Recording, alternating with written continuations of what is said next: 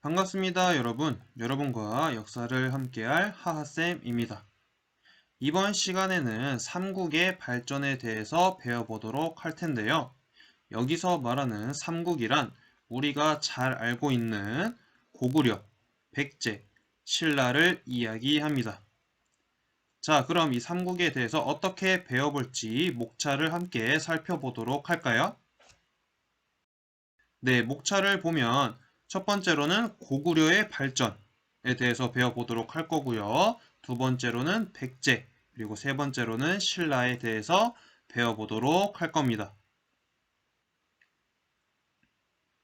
자, 첫 번째로 고구려의 영토 확장과 왕위 계승에 대해서 한번 배워보도록 하겠습니다. 우선 고구려는 처음에 수도로 삼았던 졸본에서 국내성으로 도읍을 옮기게 됩니다.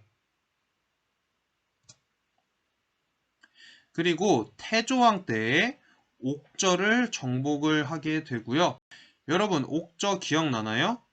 그렇죠. 지도상에서 오른쪽 위에 해안가에 위치한 지역이었죠. 그래서 태조왕 때 이 옥저를 정복을 하게 됩니다. 그리고 게르부 고씨가 왕위를 어떻게 한다? 세습을 하게 되는 겁니다. 이전에 초기 삼국의 특징에서 우리 왕은 어떻게 한다고 했었죠? 그렇죠. 가장 강력한 부의 대표가 바로 왕이 된다고 얘기를 했어요. 그리고 설명을 하면서 왕의 권한이 어땠다? 그렇죠. 낮았다고 얘기를 했습니다. 그런데 이제는 왕을 그렇게 선출을 하는 것이 아니라 왕위가 세습이 되기 때문에 왕의 권위는 어떻게 될까요? 그렇죠. 강해지게 됩니다. 세 번째로는 고국 천왕이 을파소라는 사람을 기용을 해서 진대법을 실시한다고 적어 놨는데요. 이 진대법에 대해서는 이따가 영상 자료를 본 뒤에 같이 얘기를 해보도록 하겠습니다. 그리고 고국 천왕 때는요, 형제 상속에서 부자 상속으로 넘어간다 라고 써놨는데 이게 무슨 얘기냐? 아까 태조왕 때 왕위를 세습한다고 얘기를 했습니다. 그런데 그 당시에는 부자 상속, 형제 상속 가릴 것 없이 상속을 했어요. 그런데 고국 천왕 때 와서는 이제 형제 상속을 하는 것이 아니라 부자 상속을 한다고 선언을 한 겁니다. 이렇게 부자 상속을 하게 되면 어떠한 이점이 있을까요? 잘 모르겠죠? 바로 왕의 권한이 그리고 권위가 강해진다는 점입니다. 왜 그럴까요? 우선 형제 상속을 하게 되면 왕위를 세습을 할 때 형의 편 그리고 동생의 편으로 파벌이 갈릴 수가 있습니다. 그런데 부자 상속을 하게 되면 왕위를 장자가 계승을 하기 때문에 파벌이 나눠질 우려가 적어지게 되는 거죠. 그래서 왕의 권한이 강화되게 되는 겁니다. 잘 알겠나요? 네, 좋습니다. 그리고 네 번째로 미천왕은 낭랑을 축출을 했습니다. 여러분, 낭랑 어디서 많이 들어봤죠? 네, 맞아요. 우리가 지지난 시간에 고조선을 멸망시킨 중국의 한 나라가 그 지역에 한 사군을 설치를 했는데 그 중 하나가 바로 낭랑이었어요. 그래서 미천왕 때는 이러한 낭랑을 축출하게 됩니다. 자, 그래서 선생님이 여러 자료들을 가지고 왔습니다. 우선 아까 천도를 했다고 이야기를 했죠. 그래서 여기 보이는 졸본에서 국내성으로 도읍을 옮기게 된 겁니다. 그리고 진대법에 대해서는 선생님이 영상 자료를 가지고 왔다고 얘기를 했었죠. 우리 그럼 이 영상을 보고 난 뒤에 구체적으로 설명을 해보도록 합시다. 그런데 이러한 사회보장법의 유래는 무려 2000년 전 고구려 시대로 거슬러 올라간다고 하는데요. 어떻게 만들어지게 된 걸까요? 서기 194년 고구려 고국천왕은 사냥을 나갔다 길에서 슬피 오는 사람을 만나게 됩니다. 왕이 사연을 묻자 답하기를 흉년이 들어 품을 팔 데도 없고 곡식도 구할 수 없어 나이 드신 어머니를 더 이상 모실 길이 없습니다. 라고 했습니다. 왕은 이자를 불쌍히 여겨 곡식을 나눠주며 위로하고 국상인 을파소를 불러 백성의 부모되어 이렇게 힘들게 만들었으니 내 죄다. 널리 조사하여 호라비, 과부, 노인, 병자, 가난한 자를 도우라 라고 명하였습니다. 이때 만들어진 법이 우리 민족 최초의 사회보장 제도인 진대법이라고 합니다. 진대법은 흉년이나 보릿고개 때 정부가 보유하고 있는 곡식을 백성들에게 빌려주고 수확기에 갚도록 하는 민생구휼 제도였습니다. 진대법은 가난한 평민이 생계를 유지하기 위해 남의 집 노비로 들어가는 것을 막는 역할을 하기도 했는데요. 이러한 제도는 후대에도 이어져 고려와 조선시대의 빈민구제 제도인 의창의 근간이 됐다고 합니다. 네, 여러분 잘 봤나요? 그래서 진대법은 쉽게 얘기하면 구휼제도입니다.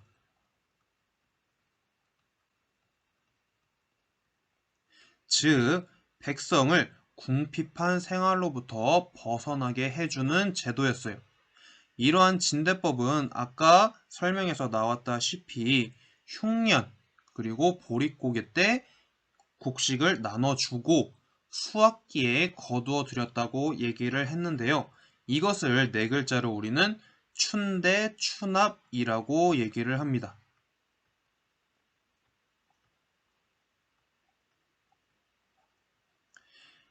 그래서 한 글자씩 분석을 해보면 춘, 봄에, 대, 빌려주고 추, 가을에 납부하게 하는 겁니다. 잘 알겠나요?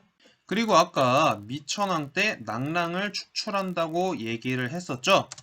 그래서 지도를 가지고 왔습니다. 여기 보면 낙랑이 있을 거예요. 그래서 이 낙랑을 축출을 했습니다.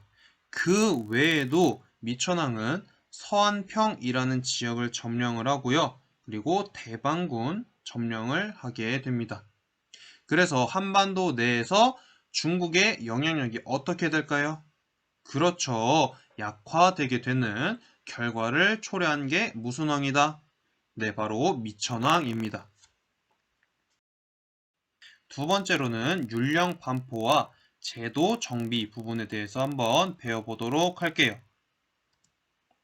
우선 첫 번째로 소수림 왕 때는요, 태학을 설립을 하고요, 율령을 반포를 하게 됩니다. 근데 율령이라고 하면 여러분들이 어렵게 생각할 것 같은데 쉽게 생각하면 율령은 그냥 법률이라고 생각을 하면 되겠습니다. 그리고 여기에 나와 있는 태학은 인재를 양성하던 기관, 즉 지금으로 따지면 학교라고 얘기를 할 수가 있습니다. 두 번째로는 드디어 우리가 잘 아는 광개토 대왕이 나옵니다. 그리고 광개토 대왕과 그 뒤를 이은 장수왕이 고구려의 전성기를 이끌었던 왕들이죠. 자, 그럼 하나씩 살펴보도록 합시다. 우선 광개토 대왕은요, 백제를 공격해서 한강 이북을 차지를 하게 됩니다. 그러면 여기서 의문이 있는 친구들이 있을 거예요. 선생님, 왜 갑자기 광개토 대왕은 백제를 공격했나요? 라고 궁금한 친구들이 있을 거예요. 우선 첫 번째로는요, 한강 지역에 대한 욕심이 있었습니다. 왜 한강 지역에 대한 욕심이 있었냐? 이 한강을 통해서 중국과 교류를 함으로써 선진 문물을 들여올 수 있었기 때문이죠. 그리고 두 번째로는요, 바로 이전에 백제가 고구려를 침입을 해서 당시 고구려 왕이었던 고국 원왕을 죽이게 돼요. 그에 따라서 고구려에서는 백제에 대한 분노가 이끌었죠. 그리고 때마침 광개토 대왕이 즉위를 하면서 백제를 공격을 하게 된 겁니다. 잘 알겠나요? 네. 그리고 또한 광개토 대왕은 신라에 침입한 왜구를 격퇴를 했어요. 여러분, 선생님이 지난 시간에 금관가야가 쇠퇴하게 된 배경을 설명하면서 고구려군의 공격으로 쇠퇴를 하게 되었다고 얘기를 했었죠. 바로 이때입니다.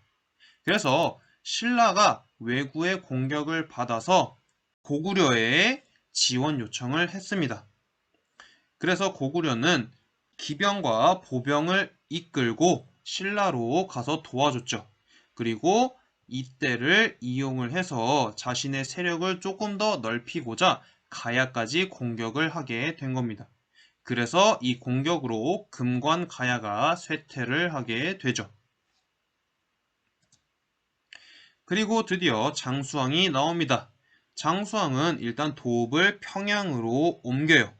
그러한 다음에 남진 정책을 실시를 하게 됩니다. 여기서 말하는 남진 정책은 남쪽으로 진출한다는 뜻입니다. 그래서 백제를 공격을 해서 한강 유역을 전부 차지를 하게 돼요. 그리고 이 과정에서 백제의 왕이었던 계로왕이 전사를 하게 됩니다. 자, 그래서 고구려의 전성기의 지도를 선생님이 가지고 왔어요.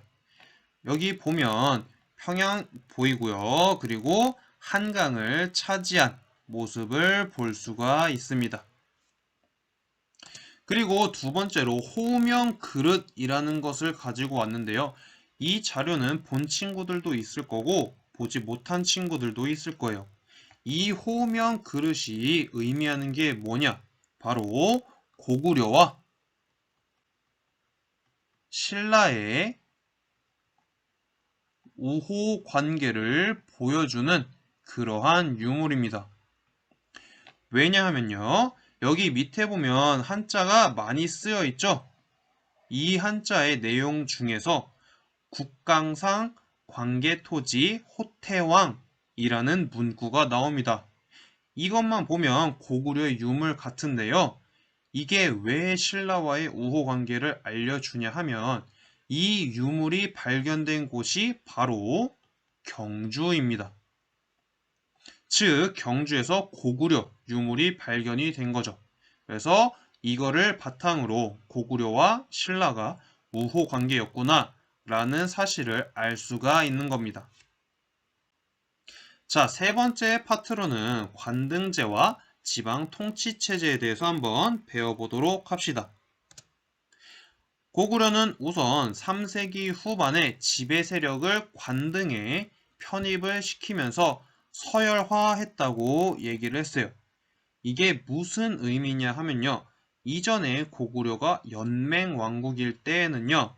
각 군장들이 동등한 지위를 가지고 있었습니다. 그런데 이제는 그게 아니라 3세기 후반에 군장들 그리고 군장 밑에 있던 관리들을 중앙의 관등에 편입을 시키면서 왕과 신하의 관계로 편성을 한 겁니다. 즉 더 이상 동등한 관계가 아니라 상하 관계를 표명을 한 거죠. 그래서 서열화한다는 표현을 쓰게 된 겁니다. 두 번째로는 성을 중심으로 행정구역을 편성을 했고요. 마지막으로 중앙은 5부로 그리고 지방도 5부로 편성을 했습니다. 자, 이렇게 해서 우리가 고구려에 대해서 한번 배워봤습니다. 이제는 백제에 대해서 한번 배워보도록 합시다. 우선 첫 번째로 영토 확장과 왕위 계승이 있어요. 그래서 백제는 고이왕 때 한강 유역을 장악을 하게 됩니다. 우리가 이전에 백제의 건국을 봤을 때 부여와 고구려 유이민을 이끌고 그리고 어느 세력과 그렇죠. 한강 토착 세력과 백제를 건국한다고 얘기를 했었죠. 이 고이왕 때에 한강 유역을 장악을 하게 되는 겁니다.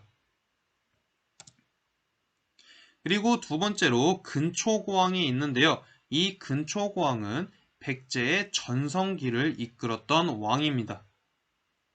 그래서 우선 부자 상속을 하게 되고요. 마한을 복속시킵니다. 그리고 아까 고구려를 설명하면서 백제의 침입을 받아서 당시 왕이었던 고국 원왕이 전사했다고 이야기를 했는데요. 바로 이 근초고왕의 공격으로 인해서 고국 원왕이 전사를 하게 된 겁니다. 그리고 마지막으로 동진 그리고 외와 교류를 합니다. 자, 그래서 선생님이 백제의 전성기 지도를 가지고 왔어요. 여기 보면 한강을 중심으로 세력을 펼쳤고요. 그리고 고구려, 평양을 공격한 모습을 볼 수가 있고 밑으로 마한을 복속시키는 그러한 모습을 볼 수가 있습니다. 그리고 여기 아까 설명한 동진, 그리고 외와 우호적인 관계를 보였던 것을 알 수가 있고요. 이 외에도 산동반도 그리고 요서지방까지 진출한 모습을 볼 수가 있습니다. 자, 그럼 두 번째로 율령반포와 제도 정비에 대해서 한번 살펴보도록 합시다. 참고로 백제는 이러한 제도 정비 측면에서 고구려 그리고 신라에 비해서 정말 빠르게 정비를 했는데요. 그 이유는 백제가 우선 한강 유역을 장악하면서 중국과의 교류를 통해서 많은 선진 문물을 들여왔는데요. 그 과정에서 이러한 제도조차도 들여왔던 겁니다. 그래서 빠르게 제도 정비를 할 수가 있었던 거죠. 그래서 살펴보면 첫 번째로 3세기 후반에 관료 체제의 기틀을 마련을 했고요. 법령을 정비했습니다. 그리고 4세기경 최대 영토를 확보했다고 써놨는데요. 누구 왕 때일까요?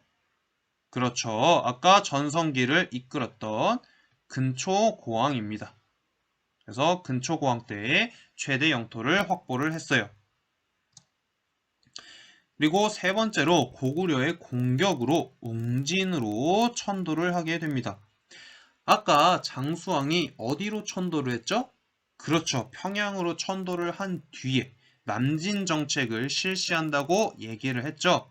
이러한 남진 정책으로 인해서 백제가 웅진으로 천도를 하게 된 겁니다. 웅진으로 천도를 한 뒤에 즉위한 무령왕은 다시 한번 일으켜 세우자, 즉 중흥의 발판을 마련하고자 열심히 노력을 하였습니다. 그 대표적인 예시가 22담로라는 거예요.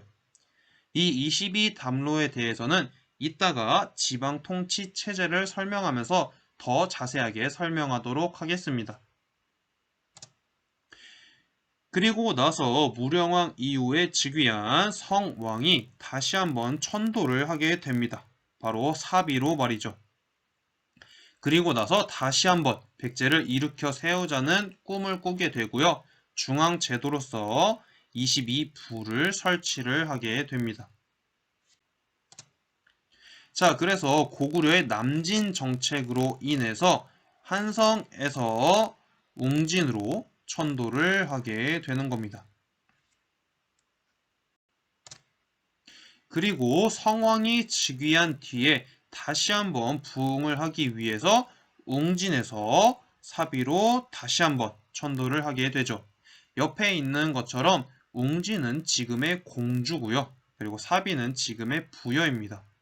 그래서 성왕이 사비로 천도를 한 다음에 국호였던 백제를 남부여로 바꾸는 그러한 모습도 볼 수가 있습니다. 자, 마지막으로 관등제와 지방통치체제에 대해서 한번 살펴보도록 하겠습니다. 우선 고이왕 때 육좌평제를 마련을 하고요. 그리고 공복을 마련을 하게 됩니다. 여기서 나와 있는 좌평이라는 것은요, 백제의 관등입니다. 관등 중에서도 제1품을 얘기를 해요. 즉 가장 높은 관등을 얘기를 합니다. 그리고 공복은 관리들이 입었던 옷, 예복을 얘기를 합니다. 그리고 무령왕 때 다시 한번 중흥의 발판을 마련하기 위해서 22담로를 설치한다고 얘기를 했죠. 이 22담로는요, 지방행정구역입니다. 그래서 중앙에 22개의 담로를 설치를 하고요, 왕족을 파견을 하게 됩니다. 왕족을 파견한 이유는 간단합니다. 바로 그 지역을 견제하고 감시함으로써 왕권을 더욱 강화시키기 위함이었고요. 그를 통해서 바로 백성들을 통제하기 쉽게 만들기 위함이었습니다. 잘 알겠나요? 그리고 중앙은 5부로, 그리고 지방은 5방으로 편성을 했습니다. 자, 이렇게 해서 우리가 지금 고구려와 백제까지 알아봤습니다. 이제 마지막으로 신라에 대해서 한번 살펴보도록 합시다. 신라는 다른 고구려, 백제와 달리 가장 늦게 전성기를 이룬 국가였습니다. 왜 그럴까요? 지도를 보면 신라가 가장 어디에 위치해 있나요? 그렇죠. 한반도 구석에 위치해 있죠. 그리고 중국으로부터 영향도 가장 적게 받았습니다.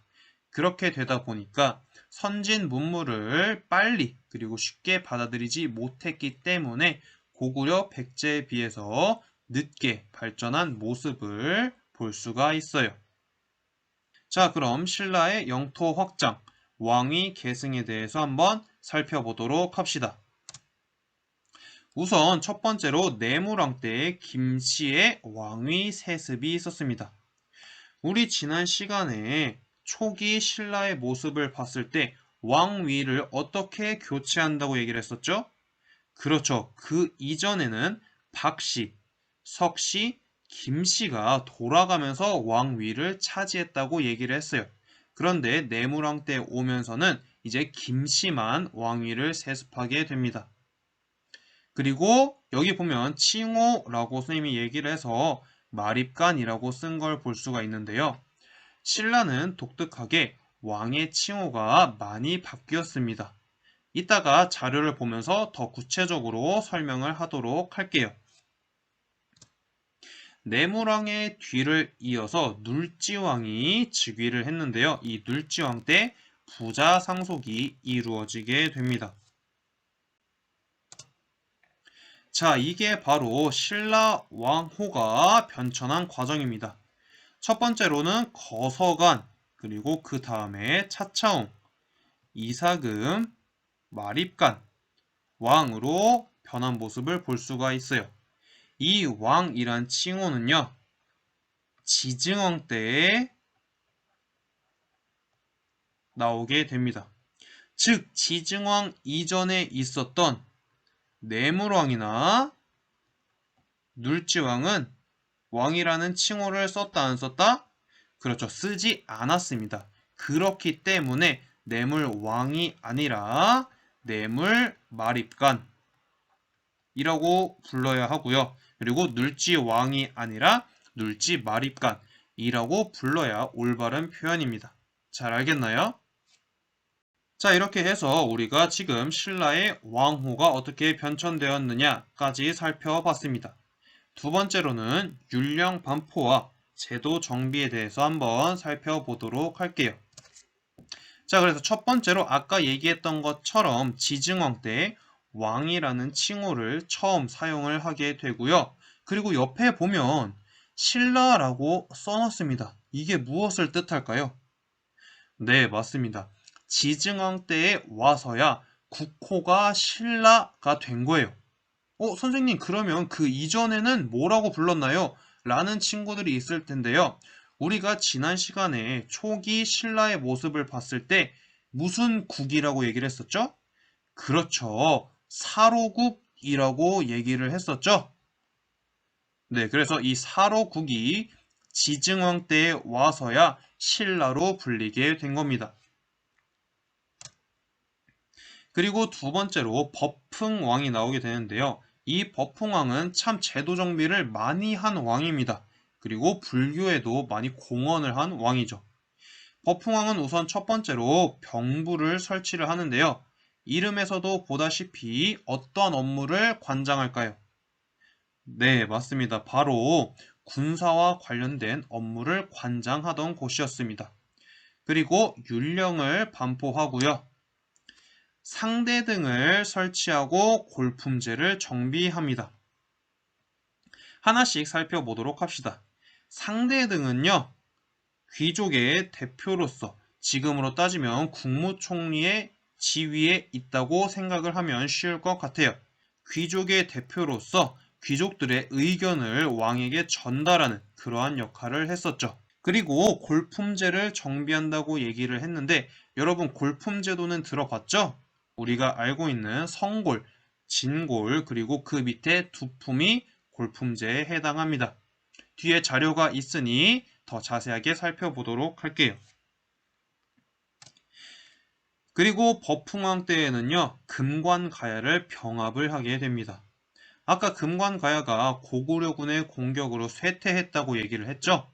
그 이후에 법흥왕이 금관가야를 병합을 하게 되는 겁니다. 세 번째로는 진흥왕이 있습니다. 신라의 전성기를 이끌었던 왕인데요. 이 진흥왕 때에는 우선 화랑도를 조직을 합니다.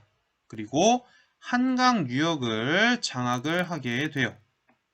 화랑도는요, 쉽게 청소년으로 조직된 수양단체입니다. 그리고 여기 보면 한강 유역을 장악했다고 얘기를 했는데요. 이 장악하는 과정에 대해서는 다음 시간에 통일신라가 성립되는 과정을 설명할 때 더 구체적으로 설명을 하도록 하겠습니다. 그리고 진흥왕은 대가야를 병합을 하면서 가야를 모조리 흡수를 하게 돼요. 그리고 함흥평야도 진출을 하게 되죠. 이렇게 영토를 많이 넓히면서 진흥왕은 순수비를 건립을 하게 됩니다. 이 순수비가 뭐냐 하는 친구들이 굉장히 많을 것 같아요. 순수라는 의미는요, 왕이 직접 전국을 돌아다니면서 영토를 확장하고 그 영토를 다스리는 것을 의미를 합니다. 알겠나요? 자, 그래서 골품제도와 관련하여 스님이 자료를 가지고 왔습니다. 우선 완전 왕실로만 이루어진 성골이 있고요. 그리고 그 밑에 왕실 혹은 귀족으로 이루어진 진골이 있습니다. 그리고 그 밑에는 두품으로 나누어지고요. 6두품, 5두품, 4두품, 그 밑에 3두품, 2두품, 1두품이 있습니다. 이거를 바로 골품제도라고 얘기를 해요. 그리고 아까 법흥왕과 진흥왕이 가야를 병합했다고 얘기를 했죠? 혹시 몰라서 선생님이 다시 지도를 가지고 왔습니다. 김해를 중심으로 한 금관가야는 법흥왕 때 병합이 되고요. 고령을 중심으로 한 대가야는요, 진흥왕 때 병합이 되게 됩니다. 그리고 아까 진흥왕 때 청소년으로 조직된 수양단체로서 화랑도가 조직되었다고 얘기를 했죠. 이게 바로 화랑도입니다. 뒤에 보면 어린 청소년들을 볼 수가 있을 거예요. 참고로 이 화랑도에 들어가기 위해서는 조건이 필요했는데요. 간단합니다. 바로 꽃미남이면 됐습니다. 즉 외모를 많이 봤다는 거죠. 그리고 아까 진흥왕이 영토 확장을 하면서 순수비를 건립했다고 얘기를 했었죠. 그 순수비를 선생님이 가지고 왔습니다. 그래서 위에서부터 보면 마운령비, 황초령비, 그리고 북한산 순수비, 그리고 창녕의 순수비. 순수비라고 하면 단양 적성비를 제외한 이 마운령비, 황초령비, 북한산비, 창녕비를 얘기를 해요. 자, 마지막으로 신라의 관등제와 지방 통치 체제에 대해서 한번 살펴보도록 합시다. 우선 법흥왕 때 17관등제를 정비를 해요. 즉 관등이 17개의 등급으로 나눠진 걸 알 수가 있죠. 그리고 골품제가 관등제와 결합이 되면서 골품에 따라서 승진할 수 있는 등급이 제한이 됐습니다. 이 부분에 대해서는 이따가 선생님이 가지고 온 자료를 보면서 구체적으로 설명을 하도록 하겠습니다. 그리고 지방에 대해서는요, 주, 군으로 나누고 그 아래에 촌을 두었습니다. 마지막으로 중앙은 6부로 그리고 지방은 5주로 편성하여 운영한 것을 볼 수가 있어요. 자, 아까 얘기한 골품제와 관등제가 결합한 모습입니다. 그래서 위에 보면 골품이 있고요. 옆에 관등명이 있습니다. 그래서 진골은 모든 관등까지 진출을 할 수가 있었던 반면에 육두품은 5등급인 대아찬 위로는 진급을 할 수가 없었어요. 그리고 그 밑에 5두품은 대남아까지, 그리고 4두품은 대사까지만 진급을 할 수가 있었습니다. 그리고 또한 이 골품제에 기반해서 생활 모습도 차이를 보였어요. 즉, 골품이 관등뿐만이 아니라 일상생활에도 영향을 끼친다는 겁니다. 그래서 진골 같은 경우에는 말을 소유하거나 집을 지을 때 굉장히 넓게, 그리고 말 소유는 제한이 없었는데요.